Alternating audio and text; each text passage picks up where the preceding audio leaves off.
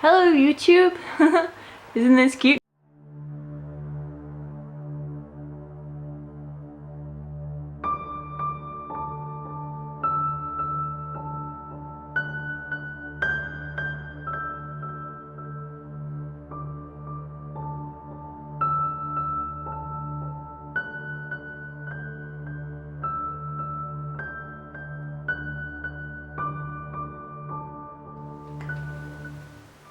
Hey guys, welcome back to my video, and these are the top 10 meditations that I think you can do anywhere. So let's get into it. Okay, so I'm just going to get into position. When I'm meditating, I like to put one foot on my shin, and then I like to rest my hands with my thumb and my forefinger touching my other hands like this. So the first exercise we're going to do is to expand our peripheral vision. So this is a really nice one because you can do it anywhere, and it's kind of sounds strange, I think, but if you just stare and then you kind of start to lose yourself in your gaze and kind of widen your perspective, just your eyelids a little bit. People can notice this one, but if you keep doing it, then you'll see things that you haven't seen in a scene, and it's a really good way to refresh a stale office environment, or just to see something beautiful a little bit more clearly if you just kind of widen your gaze and focus on the area outside.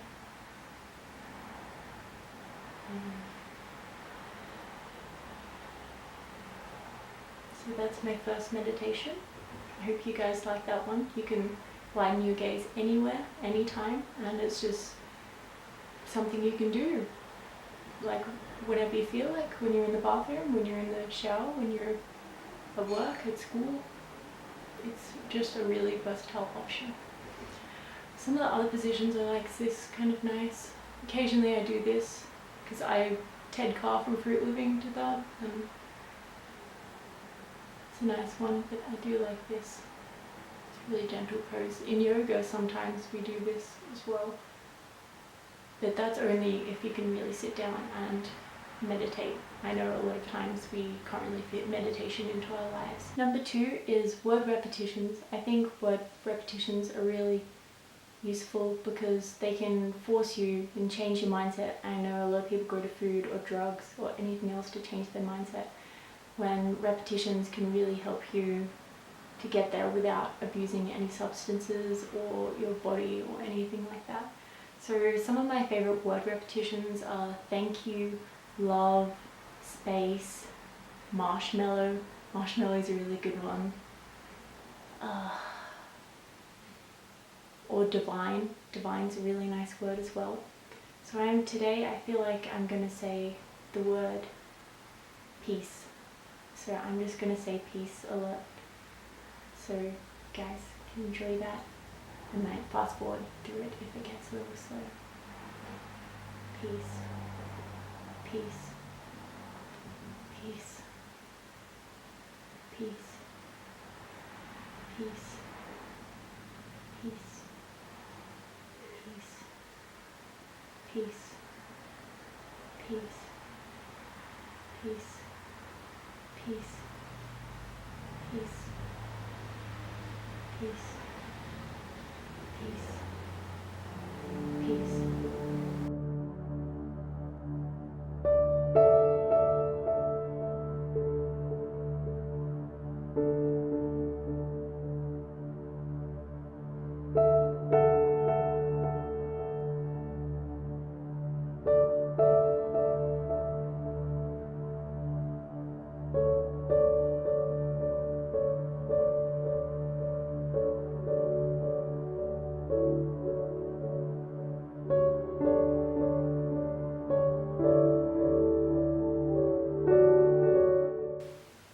The other thing about repeating a word is that you can just do it in your head. So I think word repetitions are really useful when you have a lot of those kind of stream of consciousness, monkey brain thoughts, the lizard thoughts that don't really relate to anything or aren't really consequential.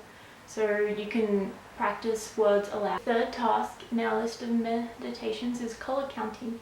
And I think this is something we all do as kids, but as we grow up and become adults, we kind of just look at something and we think we can observe everything about it, and we don't actually focus on the observation process itself.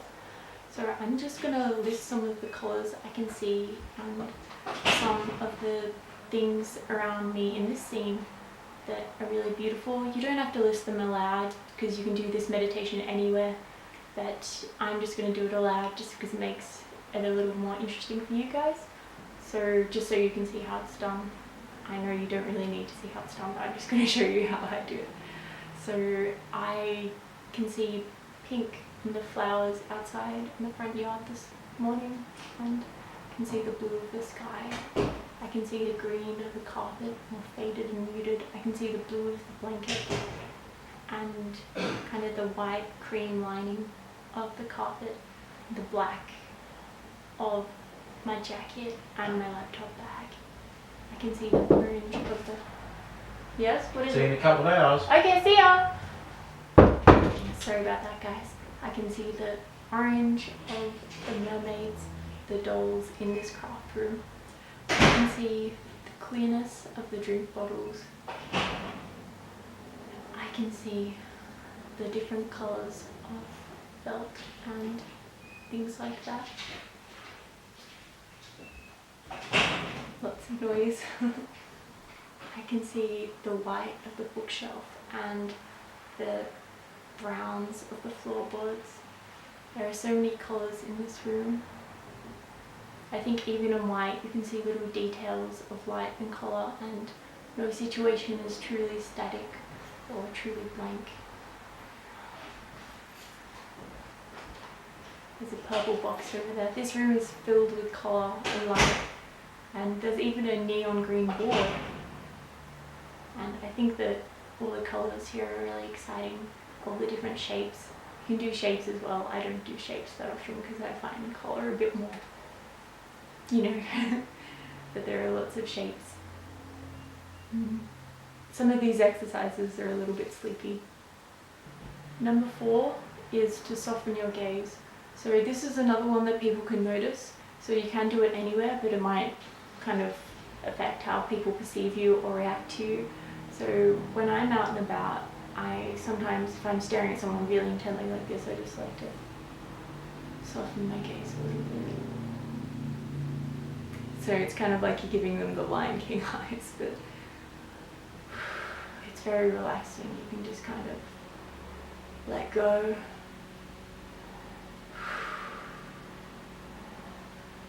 One of my favorite breathing exercises is you breathe in, let, breathe out, go, let, go.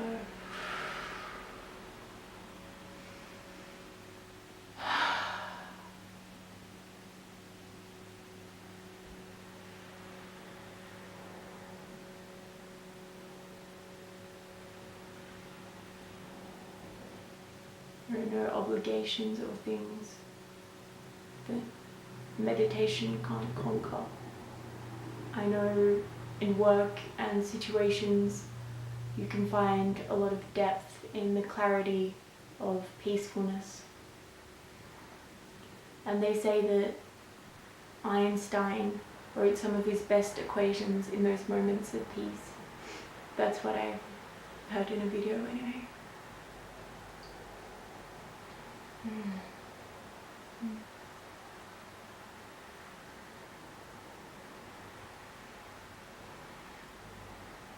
And I feel like softening your gaze really affects how people can see you in a good light, because sometimes they obviously think less of you, they might think you're a bit weaker, but I think a lot of times exposing that vulnerability creates more of a connection.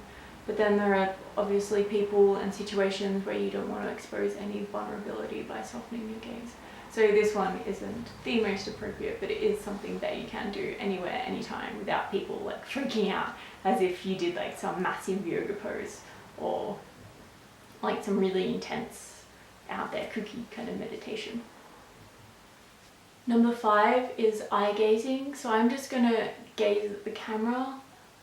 I know when you're out at work, sometimes you don't have anyone to gaze into their eyes, I feel like eye contact really creates connection. So if you can't gaze into anyone's eyes, I invite you just to gaze at something ahead of you and maybe try and see the beauty in it, or maybe shut your eyes if you can and kind of turn your gaze inward into kind of the things inside you and your thoughts and your emotions and your breath. So I'm just going to gaze at the camera for a while. I hope that I can connect with you, it doesn't weird you out, but I do find soul gazing or eye gazing like a really good way of connecting, and I have trouble focusing on the camera because I'm kind of new to YouTube, but I'm just going to gaze at the camera for a while. I might fast forward it or I might not, just see how I feel. Let's get ready. Are you ready? Oh yeah, and I wanted to mention these meditations don't really have a time limit.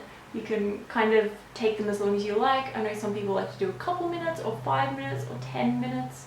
I just do whatever feels most appropriate at the time for my time constraints, just so I'm not kind of like thinking, oh, I'm wasting too much time. So I feel like a really good time to meditate is either just when you wake up or just when you go to bed, because in the middle of the day you're just kind of bustling with activity and responsibility and you can't really afford to lose your attention.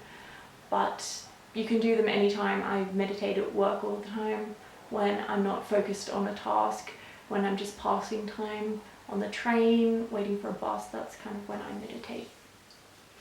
Okay, so yeah, eye gazing, let's go.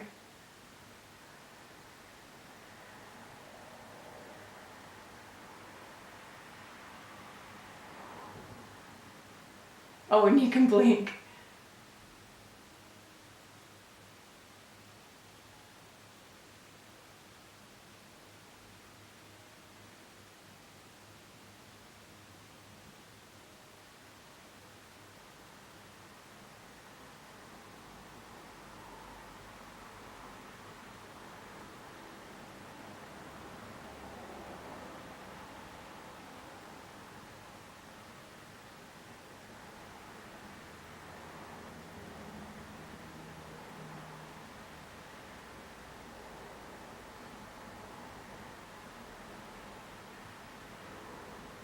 I've read a lot that if you try to smile during meditation, then that creates, or just a half smile, that creates kind of more positive connotation with the meditation experience.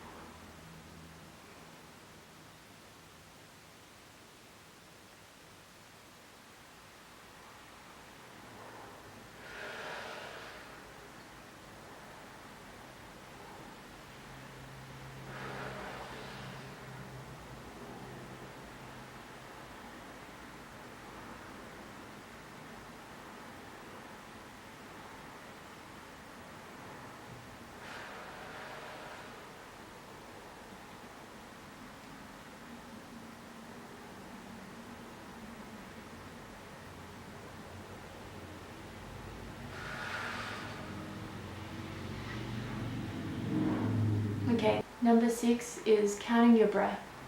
So you can do this in your head or out loud.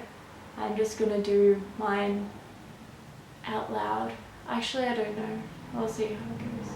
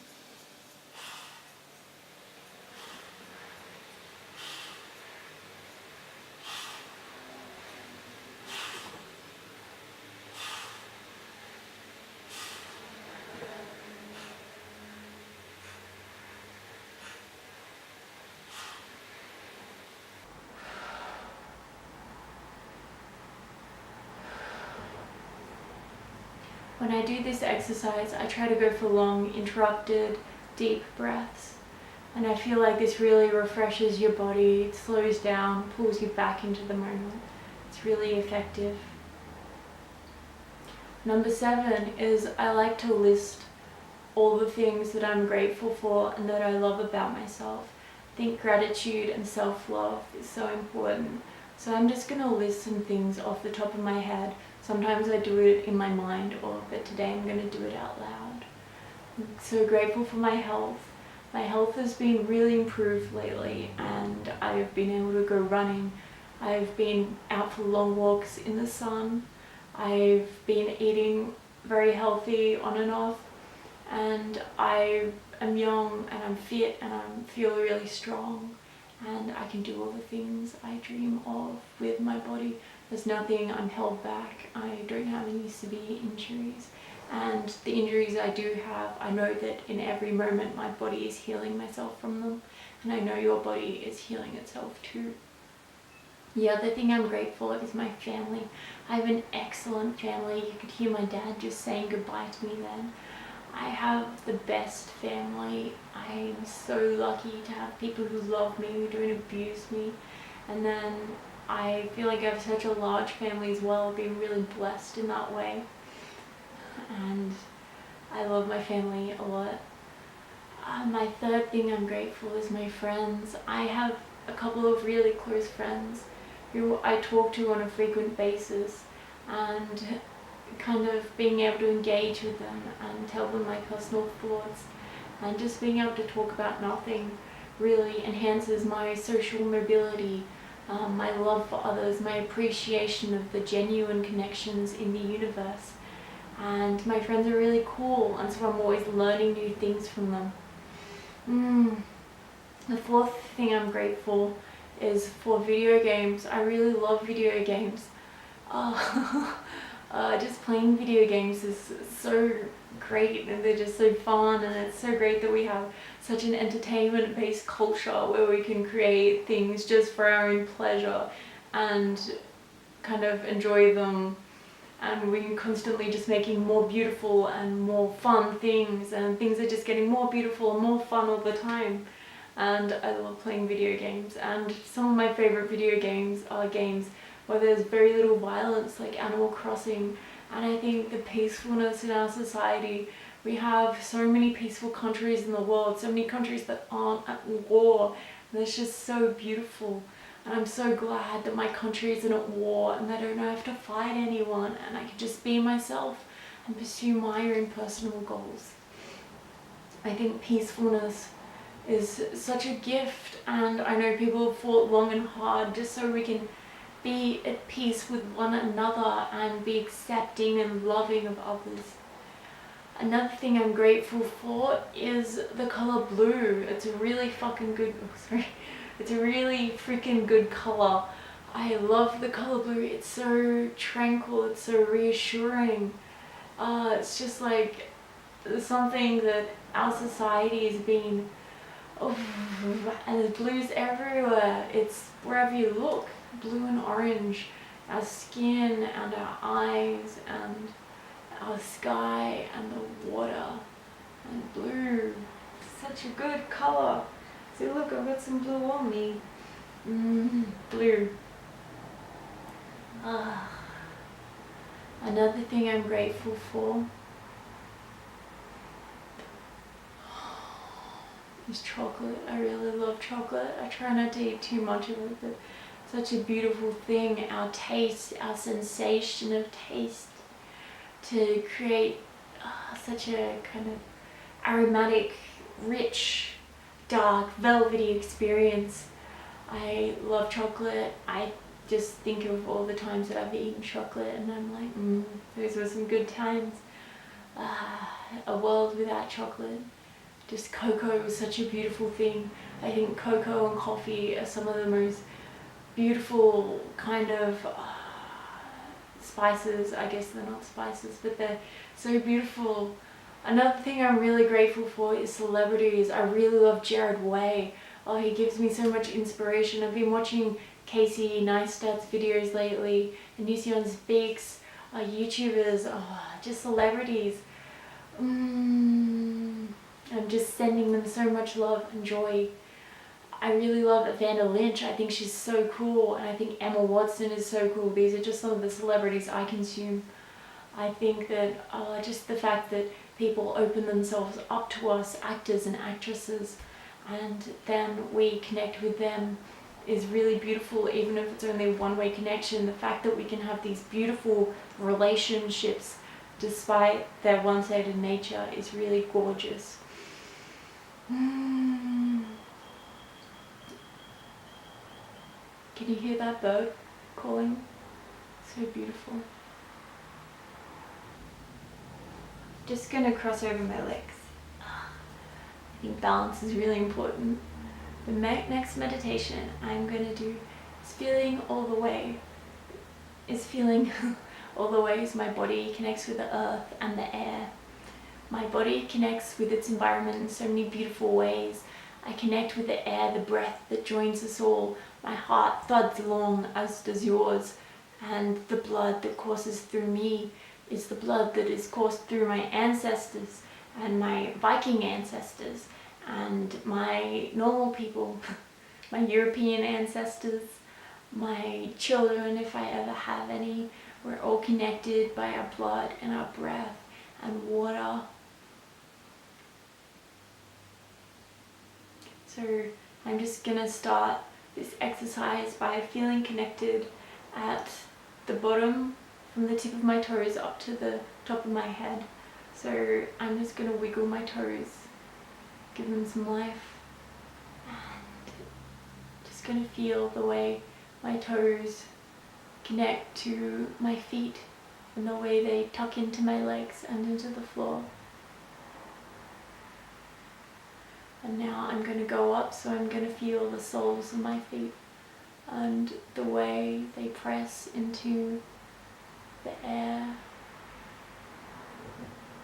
the way the bottom of my feet tingle, the way my body touches the ground and the way it touches itself, how it folds together like a puzzle. Feeling my ankles, how robust they are, how their thickness stops me from rolling them too often, how limber they are, all the places they connect, all the weight, all the lightness. Moving up to my shins, I really like my shins. You can focus on whatever body part you like the most.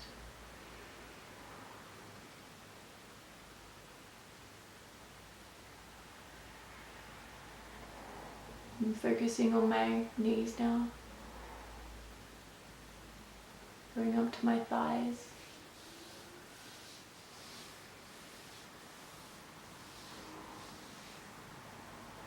down my waist, my hips. They let me walk, they let me go wherever I like. Up to the bottom of my rib cage. Isn't this moment beautiful? My rib cage rising and falling with my breath. To my heart, my chest, my shoulders, my elbows, kind of facing outward into the world.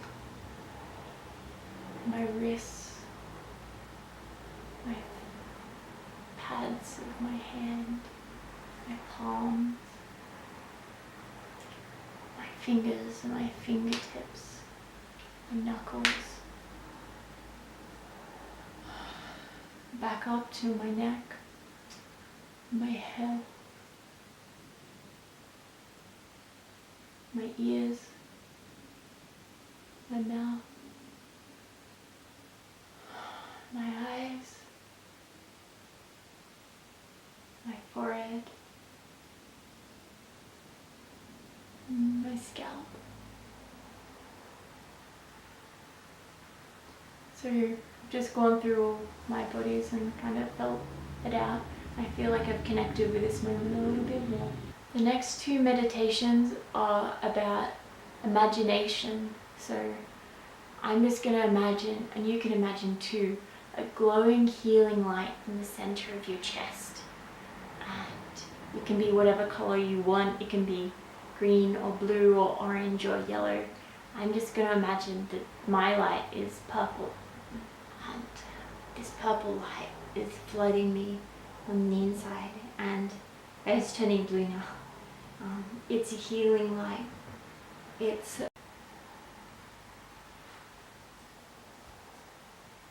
And this blue light is crowding the whole world, and the light is making everyone happy. And all our friends and all our family are together and they're happy, surrounded by this light and this gentle musical experience, this harmony and this raw kind of emotion.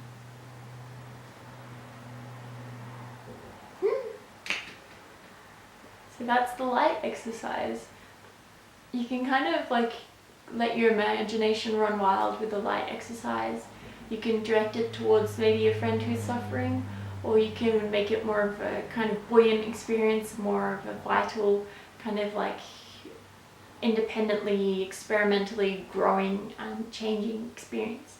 So you can put the light wherever you want. So I could put it over on the garden outside, or I could put it on my laptop or my phone where my friends live, or just wherever you want to put that light. I really encourage you to, because I know if you commit yourself to positive things, then positive things will grow inside you.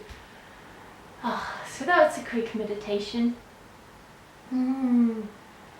The last exercise is I invite you to imagine that you are not in this room. So we're just going to leave the connectedness of this room for a moment, and we're going to go somewhere else. We're going to go to our happy place.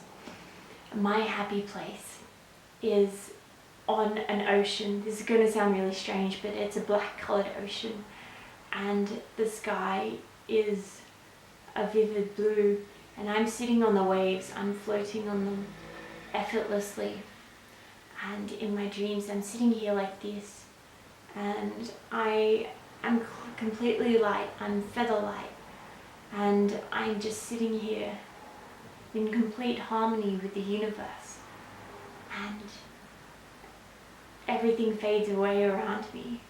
I'm happy. I can hear the birds cawing overhead. I can hear the waves lapping against the shore. I can hear my friends. They're just a couple meters away actually, and I'm so satisfied with my life when I'm in my happy place. I hope you're in your happy place too. I really like coming to this place because it's so gentle and there's so much to explore here. I can just sit here amongst the black waves, and it's like I'm sitting in a place where the waves roll on forever.